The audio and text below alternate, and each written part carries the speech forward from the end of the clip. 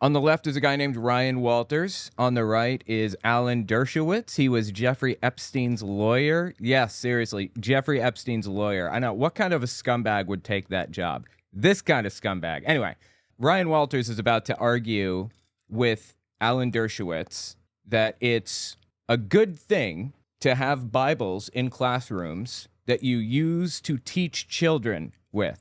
So I want to listen to this argument with Chris Cuomo in the middle.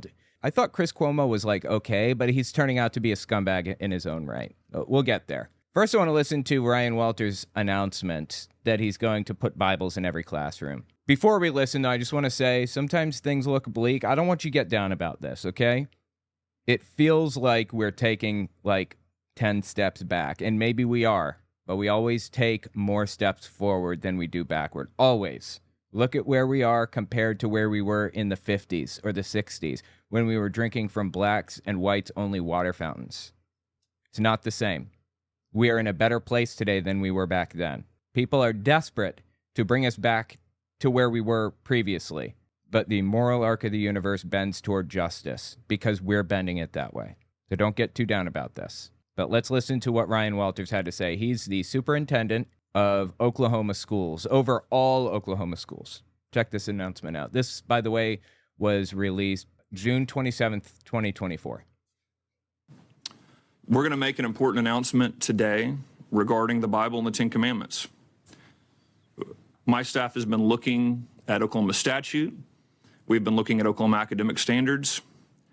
And it's crystal clear to us that in the Oklahoma academic standards, under Title 70, multiple occasions, the Bible is a necessary historical document to teach our I'm sorry? Historical document to teach our kids about the history of this country, to have a complete understanding of Western civilization. He must know where Oklahoma ranks, right? In like education. He must recognize that Oklahoma is number 49, doesn't he? Who's the lowest? It's like Alabama, isn't it? I think it's Alabama is number 50. You are so bad. The only state that is winning at being terrible is Alabama, okay? You need to do something to fix this. And guess what? Putting the Bible in schools is going to make it worse. He must know that. He must, right? Dude is like, is he like an accelerationist? Like he's setting out to make this worse? To have a complete understanding of Western civilization, to have an understanding of the basis of our legal system, and as frank... Wait, to have an understanding of our legal system? He's going to read the Bible for that? And as frankly, when we're talking about the Bible, one of the most foundational documents used for the Constitution and the birth of our country.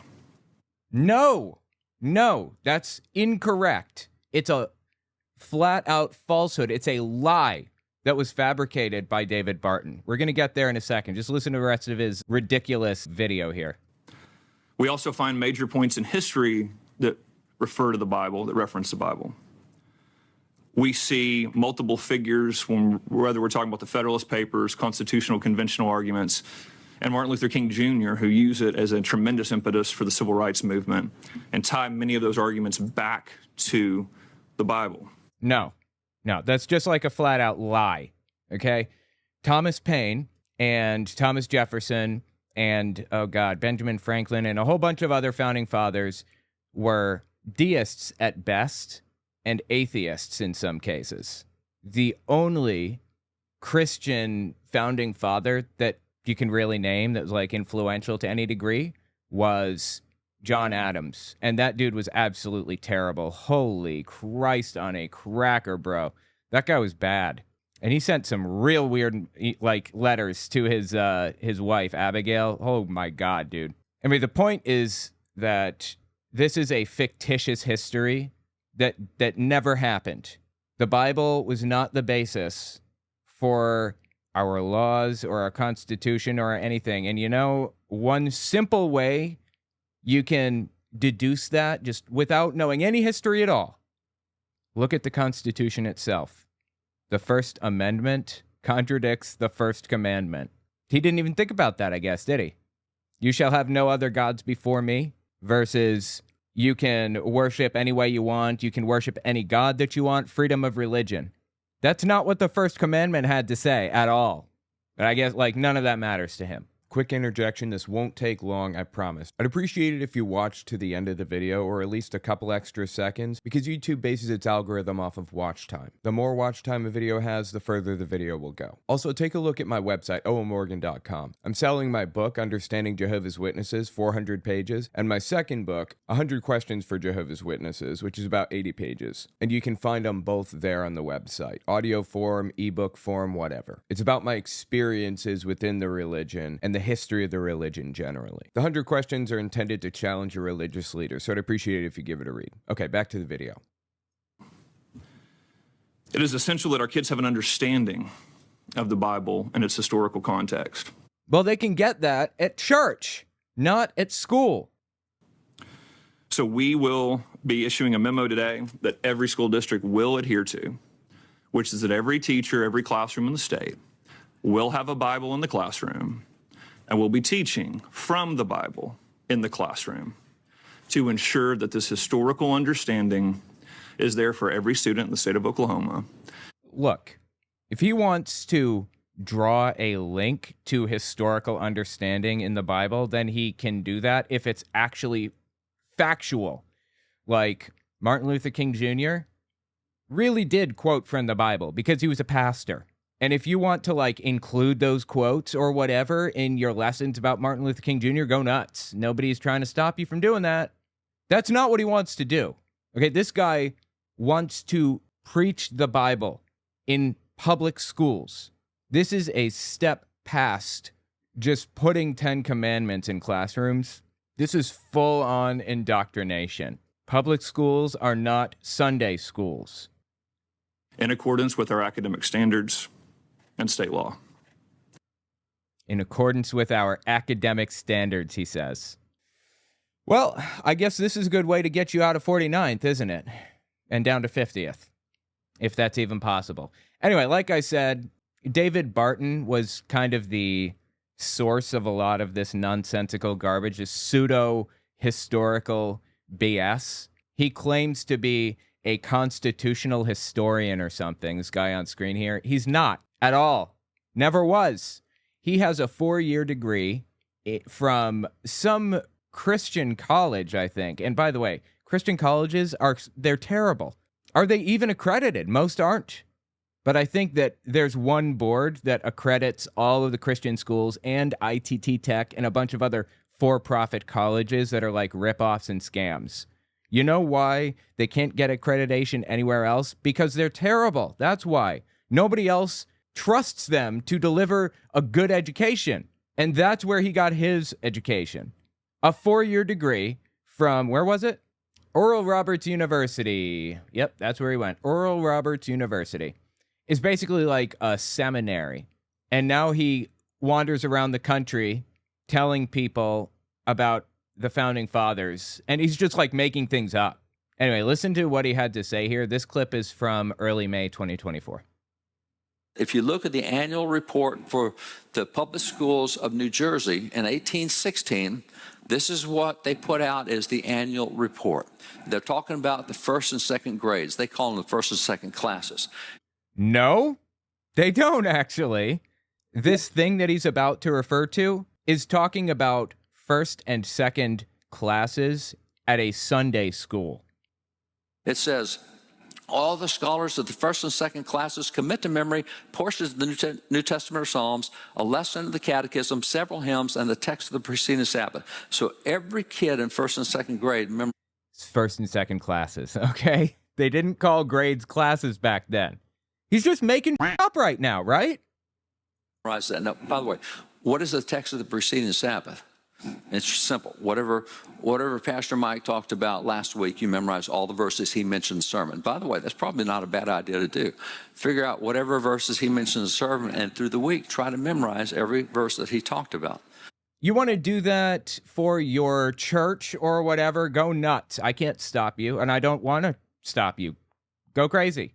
But this was not instituted in public schools originally, has never been instituted in public schools, and he's just making this up. That's what public schools were doing in New Jersey in 1816. No, it isn't. And I have proof. believe it or not. This is a Right Wing Watch's article on this video. David Barton's history simply cannot be trusted. This is from September 21st, 2022. Thanks to the quotations Barton cited, we were able to track down the document he used in making this claim. It was a report from the Board of Directors of the Free School Association of Elizabethtown, published in a periodical called the Christian Herald, and predictably, Barton was blatantly misrepresenting it. And this is the actual original document. I'm going to zoom in and scroll from top to bottom if anybody wants to, like, pause the video and read the whole thing, okay? There you go. This is the whole thing. Feel free to read it on your own time if you'd like. Now let's talk about what it was saying. The first thing one notices upon reading the report is that the reference to the scholars of the first and second classes, quote unquote, as Barton said, does not refer to what today would be called first and second graders. The report explicitly states students are divided into 7 classes based upon their reading and writing abilities, and that most of the children in the 5th class were unable to read when they entered school.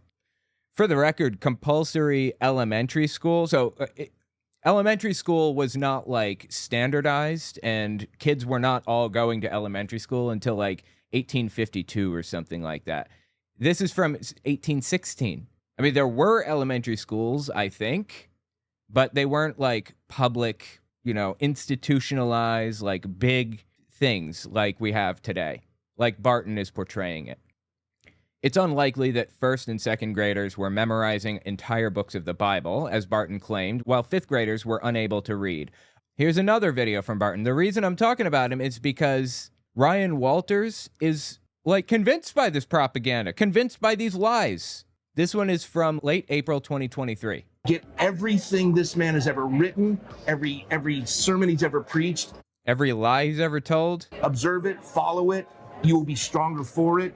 Any final words you want to share? Because I just want everyone to know how much I appreciate, adore, and thank God for you. For your lies. Yeah, final words is I'm going to tell everybody you need to read the Bible more often than you do. I don't care how often you read it. It's not often enough. Number 2, you need to memorize it a whole lot more than you do. We show people right now that in 1816 in New Jersey public schools, every public school kid by the 2nd grade had memorized the Gospel of John in public. That's just a lie. He's just lying. He's just, like, making shit up right now. Gospel of John in public schools. So another example of just a blatant, flat-out lie that this guy tells is about the Black Robe Regiment.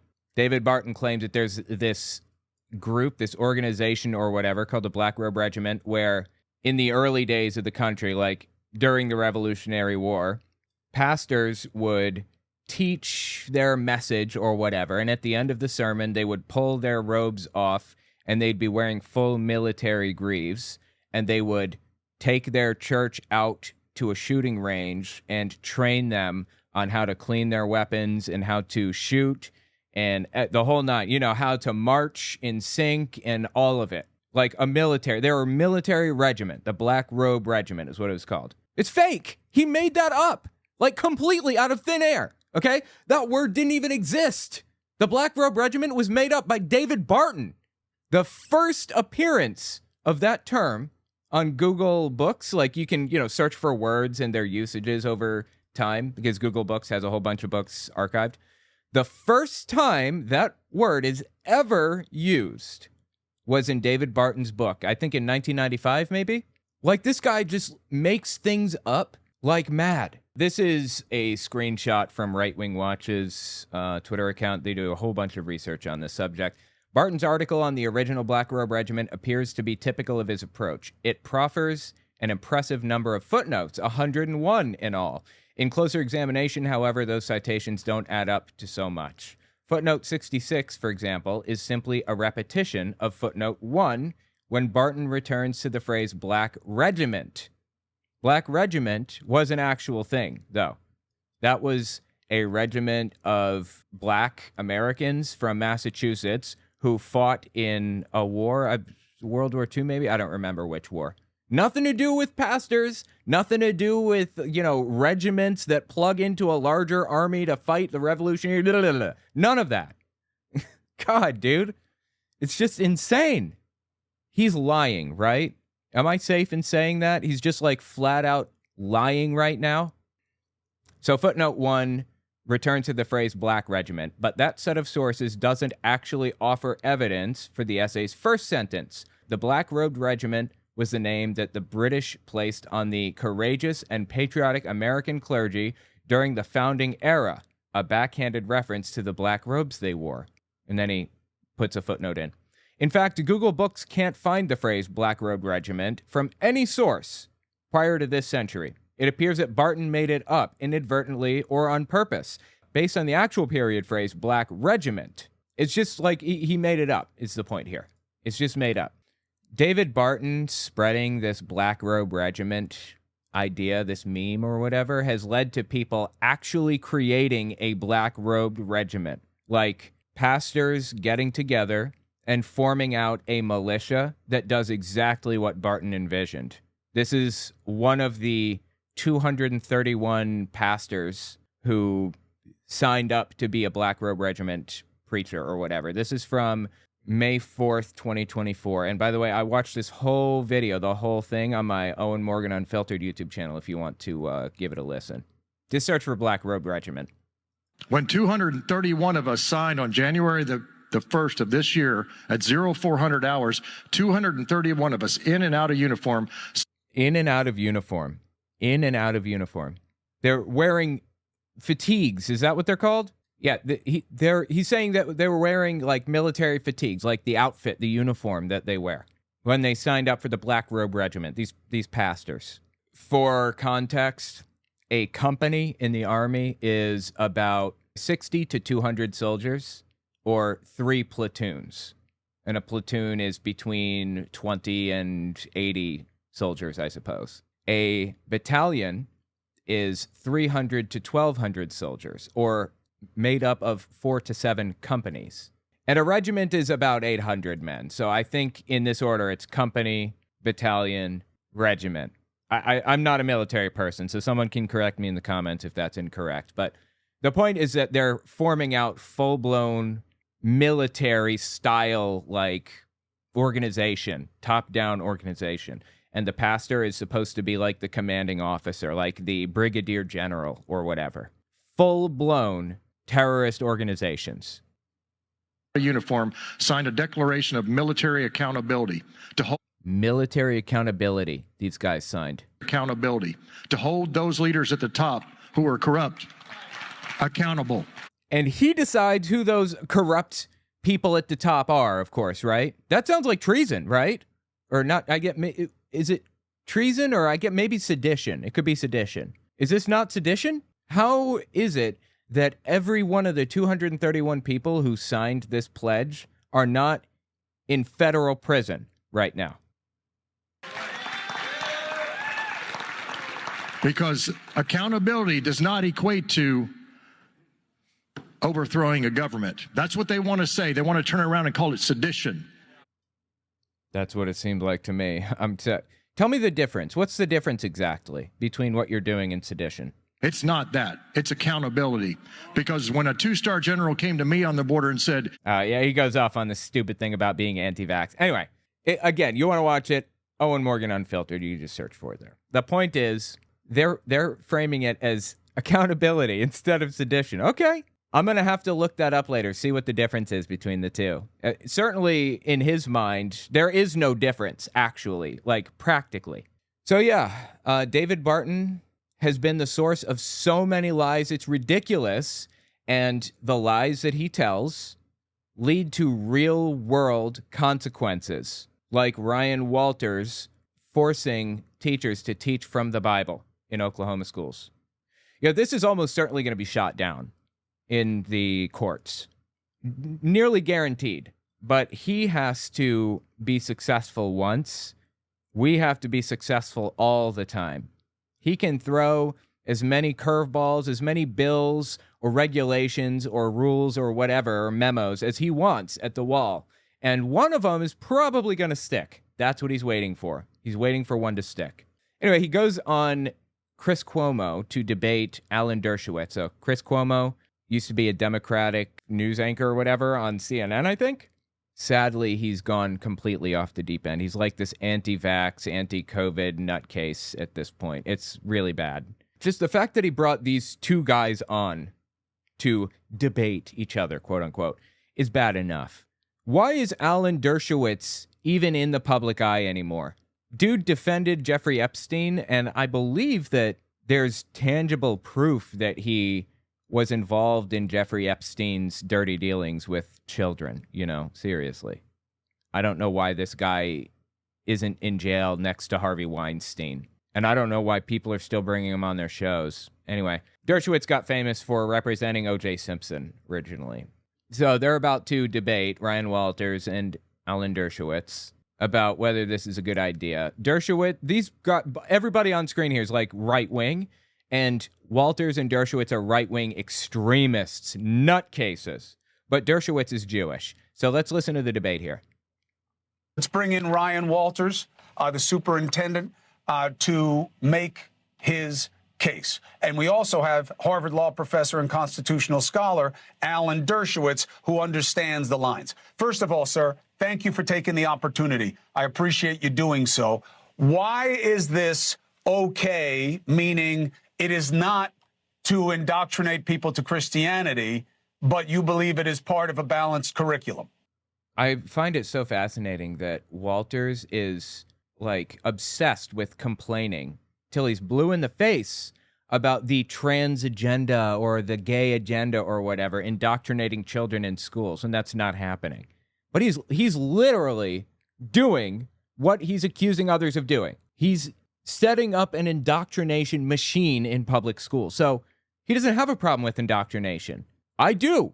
I don't want that. He just wants people to be indoctrinated in his belief system, is all. Did CNN fire him? That's probably why he lost his mind. Yeah, I think they did, because he protected his brother, Andrew Cuomo, when there were like allegations against him. Andrew Cuomo was like the governor of New York State for a while. But I don't know if there were other underlying reasons to why they fired him. But yeah, he's terrible now, sadly. One day I'm going to do a whole breakdown on Andrew Cuomo, or Chris Cuomo, but not today. Yes, sir. The process for us started over a year ago where we looked at academic standards and we asked the public and several task force what's missing here. And they said, well, listen, when we're talking about American history and you don't have direct references towards where did Thomas Jefferson come up with endowed by our creator? What was he referencing there? Okay, that's fascinating. I'm sorry. I don't want to stop every 15 seconds. Like, I want to let them get this out, but I just want to address this real quick. Thomas Jefferson was a deist. He's as close to an atheist as you got back then. There's the Jefferson Bible. He took a little razor knife and cut out all of the nonsense, all the magical stuff from the Bible, and he's left with something that's like paper thin. And it was just like moral statements, basically. And honestly, those moral statements were terrible, like awful. Anyway, Thomas Jefferson was very opposed to church and state melding, like very opposed. And he talked about it in his letters to Danbury Baptist Church. There's a Calvinist church that controlled Connecticut. It was like the state church of Connecticut or whatever. And Danbury Baptist Church didn't like it. They wrote letters to Jefferson and said, I thought that this is exactly why, you put this into the Constitution, to prevent this type of thing. And Jefferson wrote back, yes, that is exactly why that's in the Constitution.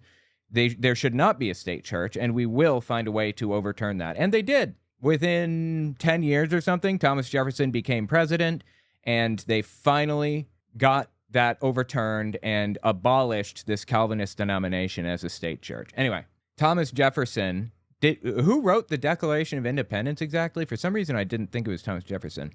Of course, there were a bunch of people that signed it, but who actually wrote the thing? Livingston and Roger Sherman dictated it, and the actual writing was done by Jefferson, I guess. About we're endowed by our forefathers, created equal, blah, blah, blah, all that stuff, like he said here. We're talking about American history and you don't have direct references towards where did Thomas Jefferson come up with endowed by our creator? What was he? Yeah, endowed by our creator. Specifically, the reason that he said that wasn't to make a point about us being like a religious country or religious people. He did not want to make that point, explicitly didn't want to make that point.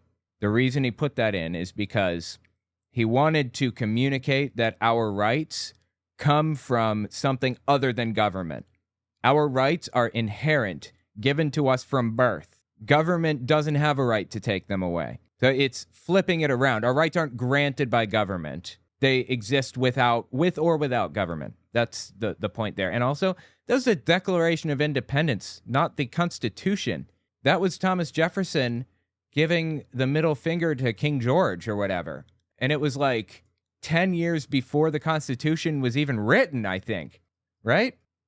Referencing there when you talk about Martin Luther King Jr.'s letter from a Birmingham jail, and he's talking about Bible stories, and yet, you're not saying anything about their belief system.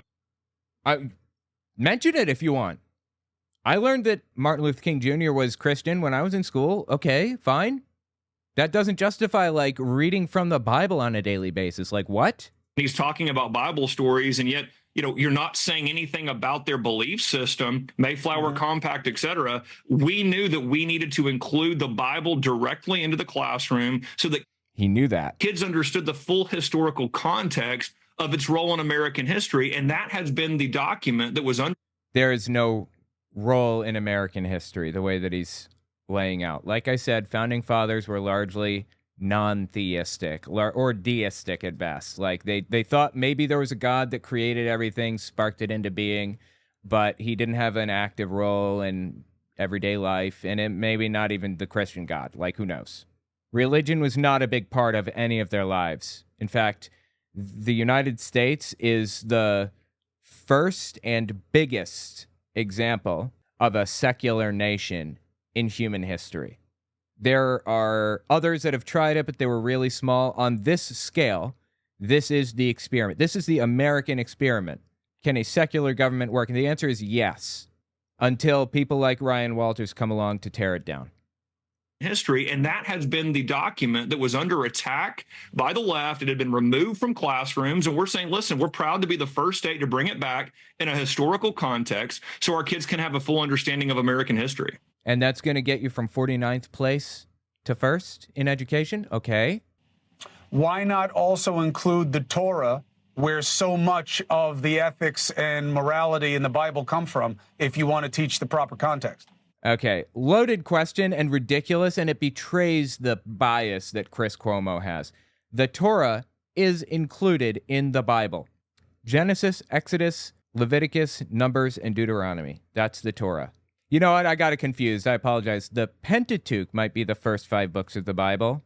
Torah is is Hebrew on a scroll, so it's not actually Bible or Old Testament. Okay, my mistake. Great question. So we do include all of the other religious texts as well. The Quran? Do you include the book of Zohar, the one that Jews derive Kabbalah from? Or is it just like the Bible specifically? Do you include the Bhagavad Gita? Do you include like any of the Zoroastrian or Hindu or Buddhist or Shinto texts or hell, why don't we go even deeper? Do you include the Aboriginals' holy texts? Do you include like the Mayan or Inca or Aztec texts about religion or whatever? I mean, I don't even know if they have texts about religion, but do you include those if they do exist? Of course he doesn't. He includes the Bible, the Christian Bible. That's it. Now, Christianity, having derived from Judaism, has like a few books from the original Jewish holy texts. That is as far as it goes. And he knows that. Great question. So we do include all of the other religious texts as well. But Chris, the thing that has come under attack is the Bible. The Bible is the document that the teachers' unions and left-wing activists have had removed from the classroom. We've had multiple threats of lawsuits here in Oklahoma. Lawsuits? Oh my God. Can you imagine lawsuits? Like, that's how our legal system works, you jag-off. All right, I'm not going to be that guy. Not going to be that guy. From the classroom, we've had multiple threats of lawsuits here in Oklahoma. So they had taken them off the shelves. We're telling them, guys, the Bible has proven to have secular value in its historical context in America. No, the Bible's proven to have secular value. Like, does that sentence even make sense? value in its historical context in American history, it has to be included. We're not seeing the left come after these other documents. We allow a lot of other documents in the classroom. It's not exclusive to the Bible, but the Bible is the one that has been under attack and has been removed. Well, hold on now. Nobody said you're not allowed to have a Bible in the classroom. Nobody banned Bibles from being in a classroom. A teacher can have a Bible in their bag or whatever if they want and read it at lunch. Nobody cares. No one's trying to stop them from doing that. But when they're on the clock as a government-sanctioned teacher, when they're on the clock as somebody who is representing the government and it's compulsory, children must sit there and listen, you have no right to indoctrinate anybody with anything. Anything. I mean anything at all. You should be teaching them how to read and write and learn math and science and all that stuff. Under attack and has been removed, and we feel it's essential to get it back in the classroom. Professor, what is the bar, and do you think this will get over it in terms of being a constitutional implementation? Again, like, this guy's a total scumbag. Don't know why they brought him on. They're both scumbag. All three of them are scumbags, honestly. But this guy is, like, as far as I can tell, like, he's a I think, in my opinion. Take that as you will. It's worth what you paid for it, that opinion, but seems like it to me. And do you think this will get over it in terms of being a constitutional implementation? It shouldn't. According to the Constitution, it shouldn't. Well, I hope not, but I can't be sure with the current Supreme Court. Let's remember that if you go back to the history and you quote Thomas Jefferson, you have to quote him in full. Thomas Jefferson was virulently anti-Catholic.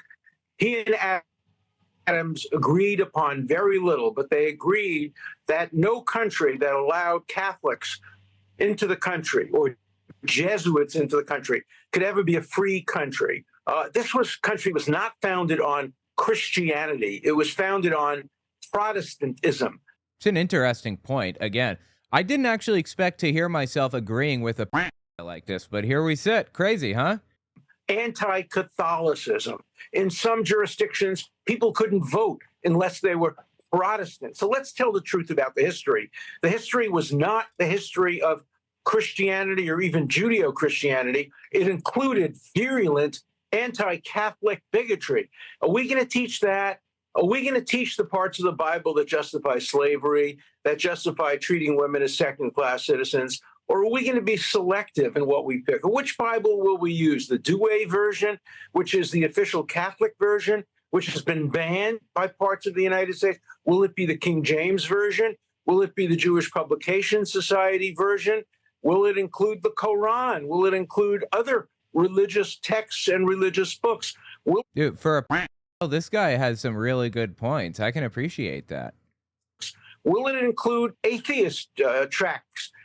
Arguments against the existence of God? Are we going to let this? Yeah, legally, atheism is recognized as a religion for legal purposes, like protection under the law, and like prisoners, if they have a religious belief, like they believe that they shouldn't be subject to this or that, or they shouldn't be forced to go to church or whatever. For legal reasons, atheism is classified as a religion. So. Sense of God. Are we going to let the students really make decisions?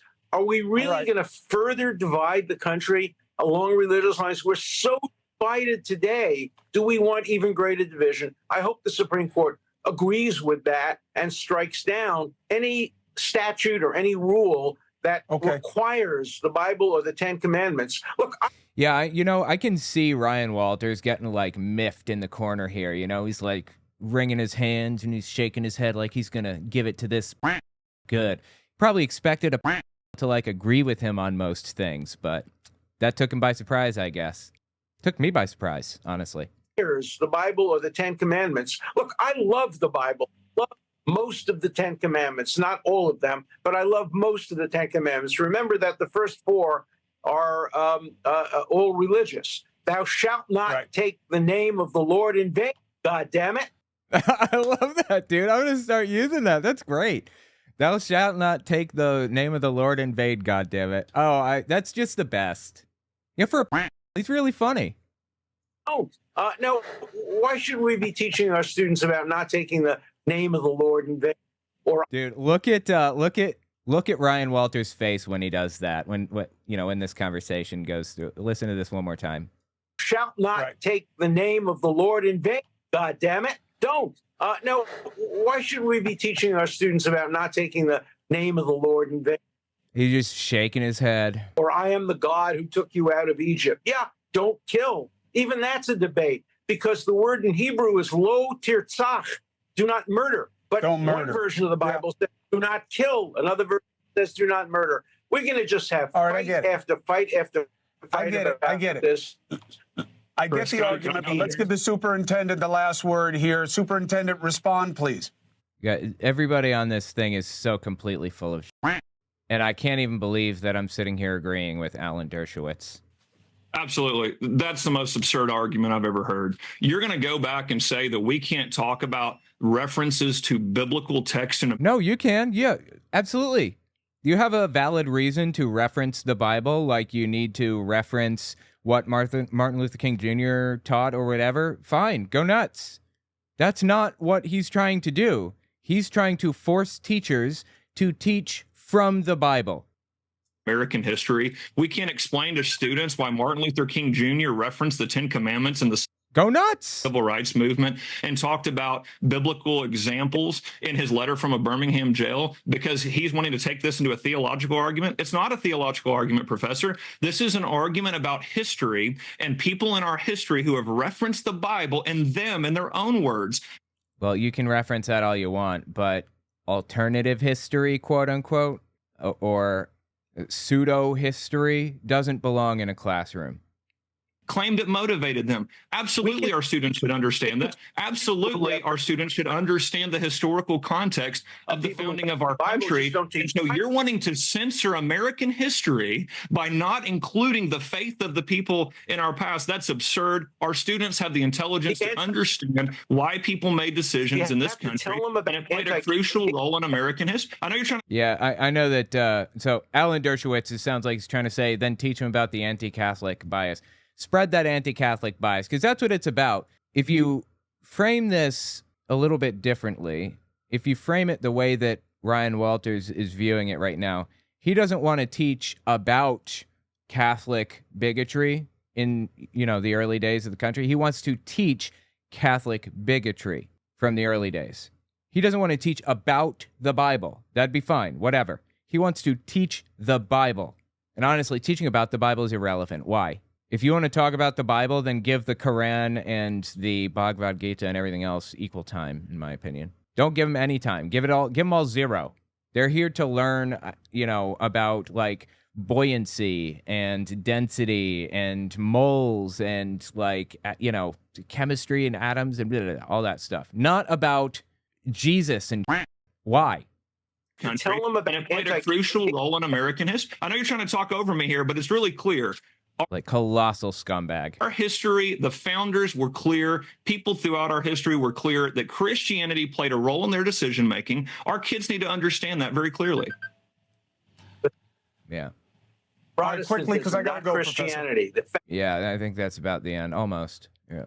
Let's see what Dershowitz says to close up. Quickly, because I got to go, Christianity. The founding fathers, Catholic. Understood. Superintendent, thank you. This is going to continue. It's going to be... Unfortunately. It's going to be litigated in all likelihood. You are welcome here for the duration, Ryan Walters, to make the case as we go through, okay? You'll get a fair shot. And, Professor, thank you for the counter, as always. Thank you for the benefit to the audience. These people are terrible. Seriously. Everybody on screen. And I'm so disappointed in Chris Cuomo. Anyway, the point is, Ryan Walters is setting out to force teachers to teach about the Bible, including Muslim teachers, I guess. What is wrong with him?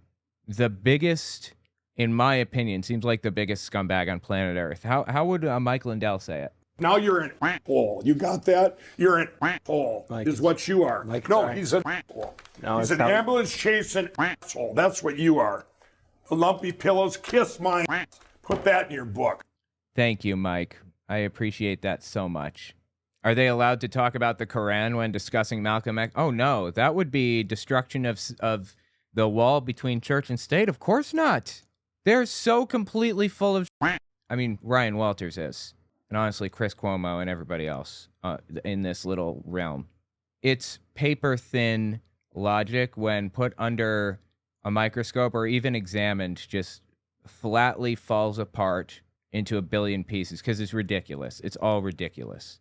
Just one more clip from the guy, from Ryan Walters here.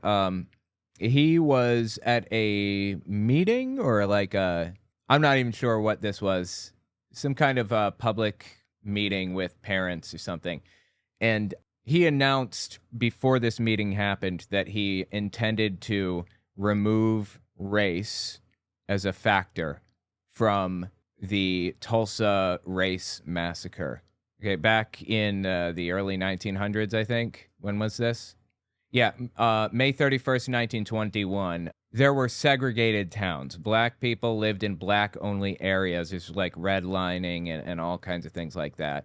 And there was an area, like they had a completely separate economy, effectively, because they weren't allowed to operate in the white economy. They weren't allowed to, like, be lawyers or doctors or any of that stuff. So they had to work together and build up, you know, some meager, like modest living, if you will, because they had no other choice, right? Well, in Tulsa, Oklahoma, there was this area where they had like set up their own banks and their own whatever, and it was called Black Wall Street. And white people who lived right over the fence didn't like the fact that there were black people who were even semi-successful. So they went into Tulsa and burned down Black Wall Street, killed tons of people. How many people died in this? It's called the Tulsa Race Massacre. Total dead and displaced unknown. 36 total, 26 black and 10 white dead, according to 1921 records. 150 to 200 black and 50 white dead from a 1921 estimate by W.F. White. 39 confirmed dead, 26 black stillborn, and 13 white. Yeah, I'm not even sure. I'm not sure exactly how many, but I think maybe 150 dead, plus countless injured, 800 plus injured, 183 serious injuries, as far as I can tell. Exact number unknown. You know why? Because no one gave a shit because they were black. The Tulsa Race Massacre was a dark day in American history, and it was inspired entirely by anti-black racism. The white people across the fence didn't want anybody to be more successful than them. And Superintendent Ryan Walters here says he wants to remove race, the involvement of race in any way, from the Tulsa Race Massacre. He wants to take the word race out of it completely and just teach about an event that took place unconnected from race entirely. I love how the dude wants to teach about Martin Luther King Jr. and the origins of his beliefs and why he believes all that stuff and everything, and the Bible verses he pulled it from. He wants to really get to the root of this stuff with Martin Luther King Jr. But when it comes to the Tulsa Race Massacre, he doesn't want anybody to know anything about like how the black community was hurt by the white community at the time. He doesn't want race involved at all. And after making that decision, he held like a meeting, a school meeting or whatever, and parents complained about it to him.